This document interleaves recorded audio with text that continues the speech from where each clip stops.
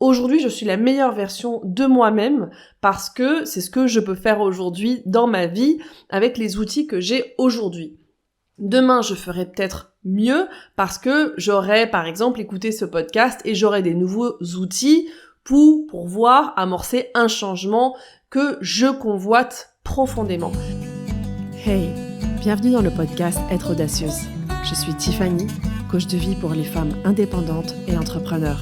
Je partage avec vous les outils pour vivre pleinement votre vie, vos choix, tout en gérant votre esprit et en vivant vos émotions. Allez, on embarque! Bonjour à tous et bienvenue dans ce nouvel épisode.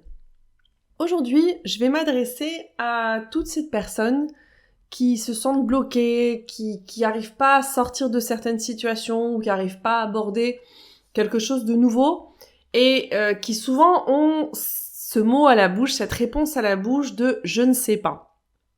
Je vais faire une petite parenthèse déjà dès le début de cet épisode en vous disant que changer, c'est pas une nécessité. C'est pas quelque chose qu'on doit faire absolument si c'est pas quelque chose que vous convoitez. Je vois tellement de gens qui pensent que la réponse est dans le changement. Changement aussi notamment de circonstances, changement de pays, de déménagement, de boulot, de situation. On ne change pas pour se sentir mieux, on ne change pas pour résoudre un mal-être ou résoudre une situation.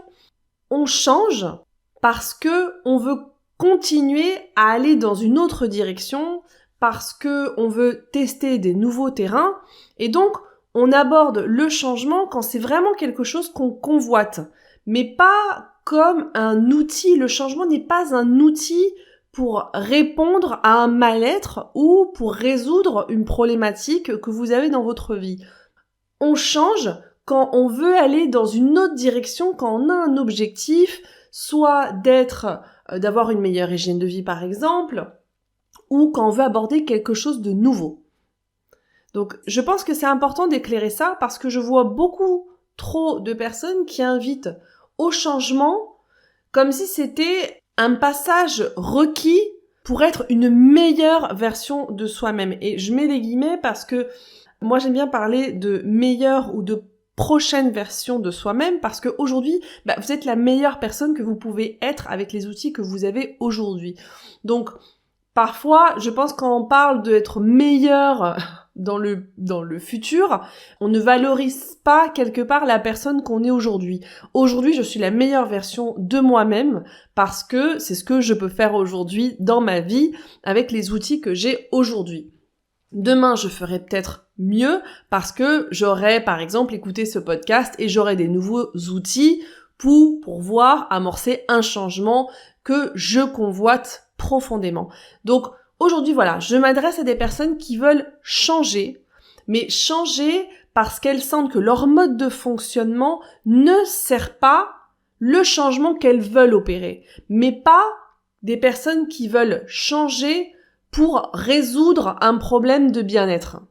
Donc maintenant que j'ai fermé ma parenthèse, on va démarrer cet épisode et je vais faire référence souvent à mes clientes, des gens que je croise, que je côtoie.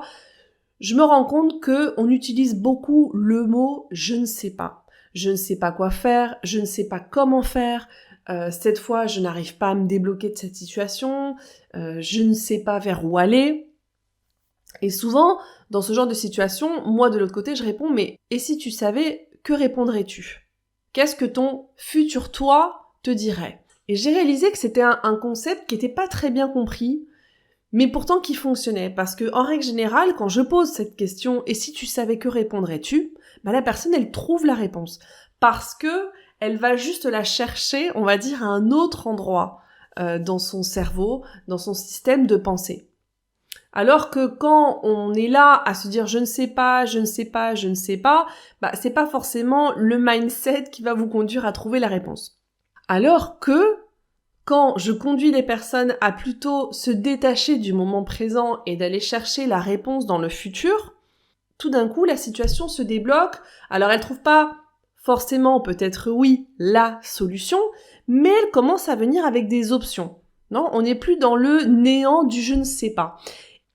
Donc déjà, je veux vous conduire à comprendre d'où vient ce mécanisme de « je ne sais pas comment faire, je n'ai pas la réponse, on me l'a pas donné ou je ne l'ai pas trouvé ». Et ça vient de notre système de croyance. Parce que ce que nous croyons aujourd'hui est basé sur des pensées que nous avons générées dans notre passé. Donc une croyance, déjà pour la partie un peu plus de définition, une croyance, c'est seulement une pensée que vous avez répétée, que vous avez pratiquée, et qui s'est ancrée, qui est devenue un automatisme, parce que notre cerveau a cette fonction d'économiser de l'énergie. Donc quand il voit que vous avez des pensées qui sont récurrentes, il va les déléguer et les mettre dans une petite boîte automatique et ça devient des croyances. Vos croyances, elles peuvent venir d'influences internes ou externes.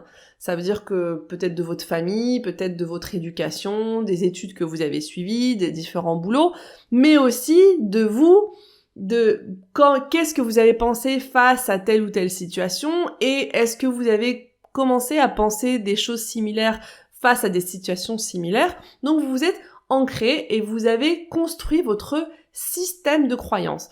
Et la plupart des personnes avancent dans la vie avec un système de croyances auquel ils ne sont pas conscients. Parce que comme je vous disais, la fonction de notre cerveau est d'économiser de l'énergie. Donc, toutes ces croyances, toutes ces pensées vont nous venir de façon automatique face à des situations qui vont être reliées. Voilà où se pose le premier problème. Car quand nous avons cette concentration vers le passé, on a souvent tendance à se tourner vers notre passé pour vérifier si nous sommes capables de faire telle ou telle chose ou telle nouvelle chose. Et d'où cette réponse souvent de « je ne sais pas ». Parce que quand on veut aborder quelque chose de nouveau qu'on n'a pas fait dans notre passé, forcément on n'a pas la réponse dans notre passé. Donc on s'aborde avec ce néant de dire du coup je sais pas du tout comment me débrouiller dans cette situation. Et ce système de croyance qui est basé sur le passé, il fonctionne très bien si nous cherchons à accomplir quelque chose que nous avons déjà accompli dans le passé, si on cherche à améliorer ou à répéter quelque chose. Mais par contre, on limite son futur potentiel en fonction de qui on a été quelque part et de ce qu'on a accompli jusqu'au présent. Donc d'où cette situation de tourner en rond et de ne pas trouver la sortie quand on veut créer quelque chose de nouveau. Et c'est là où j'ai souvent cette réponse de je ne sais pas comment faire, je suis complètement paumée ou j'arrive pas à débloquer cette situation.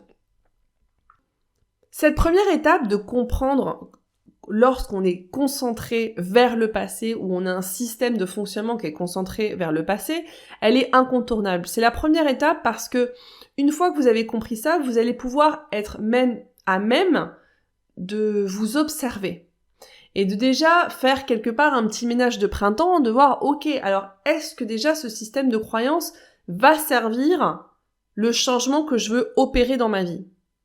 Parce que quand on veut opérer un changement dans sa vie, on veut aborder quelque chose de nouveau, que ce soit un nouveau projet professionnel, que ce soit un projet d'hygiène de vie, de perte de poids, que ce soit quelque chose de nouveau dans votre vie personnelle, eh bien, la réponse, elle va se trouver dans son futur. Et se concentrer sur l'avenir signifie que vous devez reconnaître vos croyances limitantes, votre système de croyances obsolètes, et les laisser partir et les remplacer par des nouvelles croyances qui vont servir vos rêves. Donc ça veut dire que vous allez vous concentrer sur la route à suivre et vous passionner pour l'avenir au lieu de toujours revenir faire référence à ce que vous avez fait dans le passé. Comme je vous disais, on se tourne trop souvent face à une difficulté vers notre passé pour voir si on a la réponse. Et vu la quantité de je ne sais pas que je récolte en session de coaching et même en conversation que je vois en conférence, c'est que forcément, c'est pas la bonne méthode. Il y a un problème dans le fonctionnement. Donc, pour créer un avenir différent, vous devez croire quelque chose qui n'existe pas dans votre passé. Vous devez croire quelque chose que vous n'avez pas cru jusqu'à maintenant. Parce que si vous l'aviez déjà cru, vous auriez déjà créé le résultat que vous cherchez et vous auriez la fameuse réponse à ce « je ne sais pas comment faire ». Donc, l'objectif est de développer l'habilité de devenir observateur. Donc, apprendre à regarder son cerveau penser afin que vous puissiez reconnaître les pensées et les croyances pour ce qu'elles sont déjà, pour quelque chose de neutre, et décider, comme je vous disais, est-ce que cette croyance va servir mon objectif? Est-ce que ça va servir mon rêve? Est-ce que ça sert ma situation actuelle où je me sens complètement bloquée et paumée? Donc déjà, commencez à faire ce ménage et à répondre à ces questions. Pas forcément, quand je dis répondre à ces questions, à trouver la solution, mais déjà de dire, ok, ce système-là, il n'est pas en train de fonctionner, il n'est pas optimal. Donc qu'est-ce que je peux tester? Et ce qu'on peut tester, c'est d'imaginer. Parce que pour votre cerveau, imaginer et observer, c'est la même chose.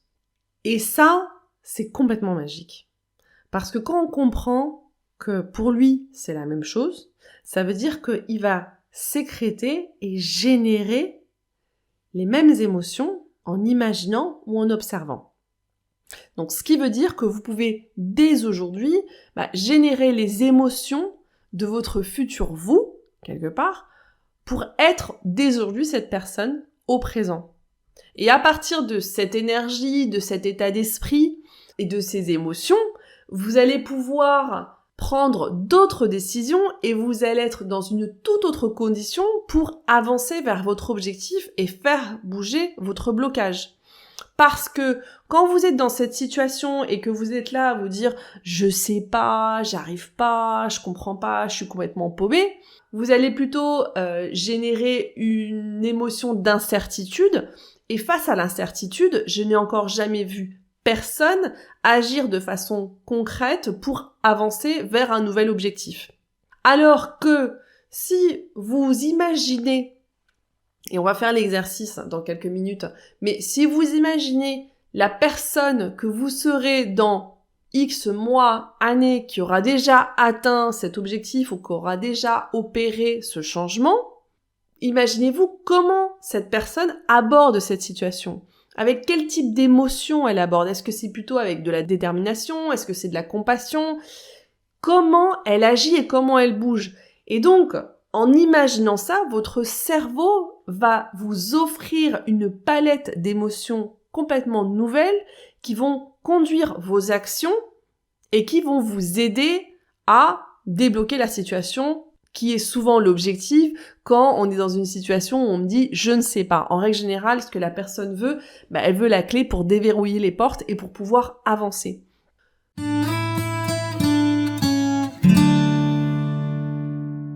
Si j'essaie de résumer dans quelque chose de simple et clair, quand vous êtes dans ce genre de situation, observez-vous, regardez si vous avez tendance à vous référer à votre passé. Regardez si vous avez référence à chercher les réponses dans ce que vous avez déjà fait, dans des situations que vous avez déjà vécues.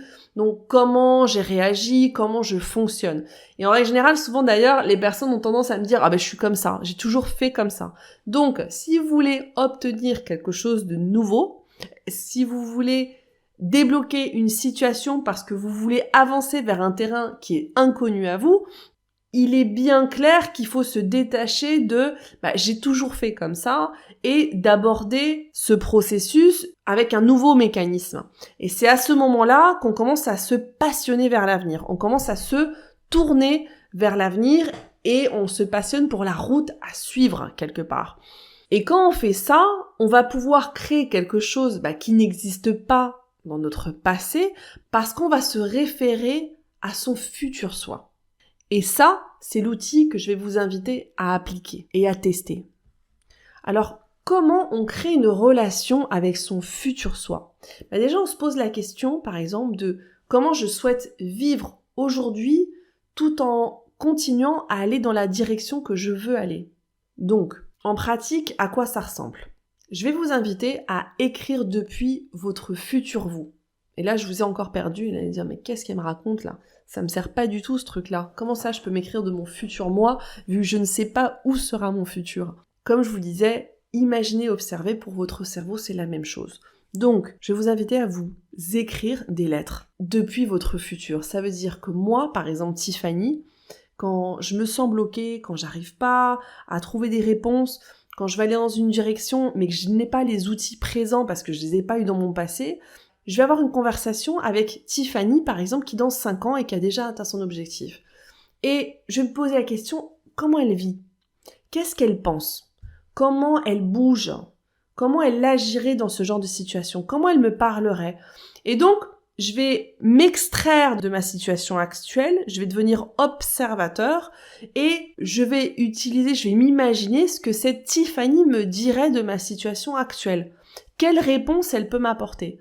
Je vous invite à faire cet exercice parce que c'est impressionnant de voir comment on a les ressources internes pour venir avec des solutions. Alors peut-être que toutes les solutions que cette Tiffany va me présenter vont pas forcément matcher avec ma situation actuelle, mais je vous garantis qu'elle va forcément trouver une des solutions qui va matcher. Et cet exercice, je le fais au quotidien. Quand par exemple vous avez un objectif de perte de poids, je vais vous inviter à consulter cette personne qui est déjà arrivée à votre objectif, cette personne qui a déjà perdu les kilos qu'elle voulait perdre. Comment elle vous parlerait? Comment elle analyserait votre situation actuelle? Qu'est-ce qu'elle peut vous dire quand vous êtes bloqué et que vous n'arrivez pas à trouver les réponses? C'est un outil complètement puissant parce que quand vous faites ça, vous allez générer les émotions que cette personne dans le futur génère pour elle-même. Et ce sont les émotions qui l'ont conduit à atteindre cet objectif. Donc ce que je veux vous dire, c'est que dès aujourd'hui, vous avez à la portée de votre main les émotions nécessaires pour aller opérer votre changement. Vous pouvez d'ores et déjà sentir ces émotions. Comme je vous disais, et je vais vous le répéter encore plusieurs fois dans cet épisode, imaginez et observez et la même chose pour votre cerveau. Ça veut dire qu'il va générer ces émotions qui vont vous conduire au changement. Au lieu de générer des émotions qui appartiennent à votre passé. Parce qu'en réalité, cet exercice, vous le faites déjà quand vous vous référez à votre passé. Quand vous allez chercher une réponse dans votre passé, que ce soit conscient ou inconscient. Et c'est là que je vous disais la première étape, observer. Et vous pouvez passer une première étape à observer comment vous générez vos émotions depuis votre passé, depuis la personne que vous avez déjà été, depuis les échecs que vous avez faits, depuis les expériences que vous avez vécues. Alors, si on le fait déjà depuis notre passé, pourquoi pas tester de le faire depuis notre futur? Et ce qui est magique, c'est que dans votre futur, tout est possible. Parce que quelque part, on ne sait pas ce qui va se passer dans le futur. Donc vous pouvez vous imaginer tout ce dont vous rêvez. Vous pouvez vous imaginer quelle est votre personne idéale que vous voulez être. Quelle est cette Tiffany que je veux être dans 5 ans? Quel rythme de vie j'ai envie d'avoir? Comment j'ai envie de bouger? De quelle façon j'ai envie de parler? Est-ce que je suis calme? Est-ce que je suis plutôt plus énergique? Tout est possible. Pratiquez de faire cette conversation avec vous-même. Vous pouvez même tester de faire cette conversation entre votre passé, votre présent et votre futur. C'est exactement ce que j'invite à faire à mes clientes pour l'organisation de leur temps, par exemple, ou même pour l'élaboration d'un protocole alimentaire parce qu'elles veulent perdre du poids. Donc, il y a cette personne qui projette dans le futur parce qu'elle veut perdre, par exemple, 5 kilos, mais il y a aussi la personne du présent qui a vraiment ses Pâques ce week-end et qui veut s'enfiler du chocolat, et il y a cette personne dans le passé qui a cette expérience qu'à chaque fois qu'on a envie de chocolat, quelque part, on n'a aucune limite et on se pète le bide. Donc, quelle conversation je peux avoir? Parce que si moi j'ai un objectif de passer les fêtes de Pâques, par exemple, d'une façon beaucoup plus sereine et de profiter de mon chocolat, est-ce que l'énergie de la Tiffany passée qui se gavait de chocolat va servir ma Tiffany présente qui est face au chocolat et face à ses envies? Ou c'est plutôt la Tiffany du futur qui a déjà atteint son objectif et qui a déjà résolu sa relation avec le chocolat, qui peut plutôt me proposer des émotions et des pensées et des croyances qui vont plutôt aider Tiffany présente face à son œuf au chocolat. Est-ce que vous me suivez dans mon exemple du chocolat?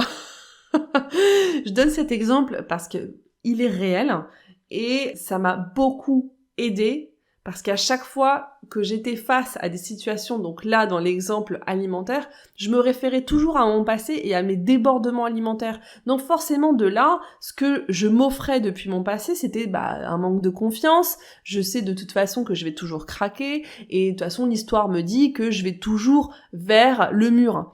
Alors que la Tiffany du futur, elle a un discours complètement différent. Elle me dit, mais non Tiff, attends, maintenant on n'est plus dingue autour de la nourriture, on adore et on prend plaisir, on adore toujours le chocolat, sauf que le chocolat ne fait pas tampon à notre vide émotionnel et on va pas l'utiliser pour combler par exemple de l'ennui ou un mal-être.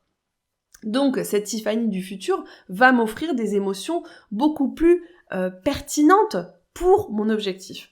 Et c'est exactement ça que je vous invite à faire dès aujourd'hui. Commencez à avoir une conversation avec votre vous futur. Et ayez en tête que vous ne savez pas ce qui se passera dans le futur. Mais vous pouvez savoir quelle personne vous voulez être dans n'importe quelle situation. Abordez la réalité du quotidien comme une opportunité de pratiquer, d'être chaque jour la personne que vous convoitez être, quelles que soient les circonstances quelque part. Voyez-le à chaque fois comme un challenge. Moi, ce que je me dis, mon futur moi est la personne que je veux être. Et l'incertitude sera mon défi à pratiquer à être cette personne pour devenir encore plus mon futur moi.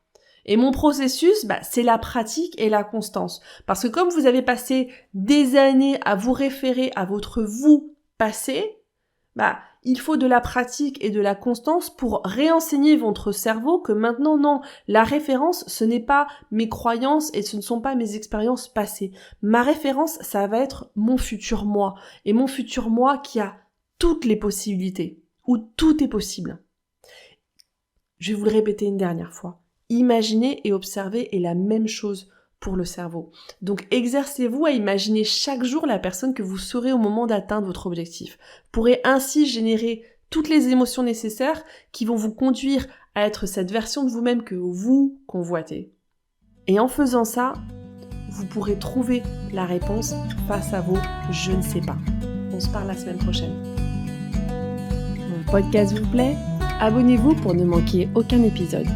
Partagez-le avec vos proches et soutenez-moi en laissant un avis 5 étoiles sur la plateforme que vous utilisez. 1000 merci. Et si vous voulez bénéficier d'un accompagnement, je vous invite à vous rendre sur mon site internet tiffanymaquet.com. Vous pourrez réserver une session gratuite de coaching avec moi, mais vous trouverez aussi l'information sur mon programme pour les femmes entrepreneurs qui veulent lever leurs barrières limitantes pour atteindre leur objectif. Alors à très bientôt.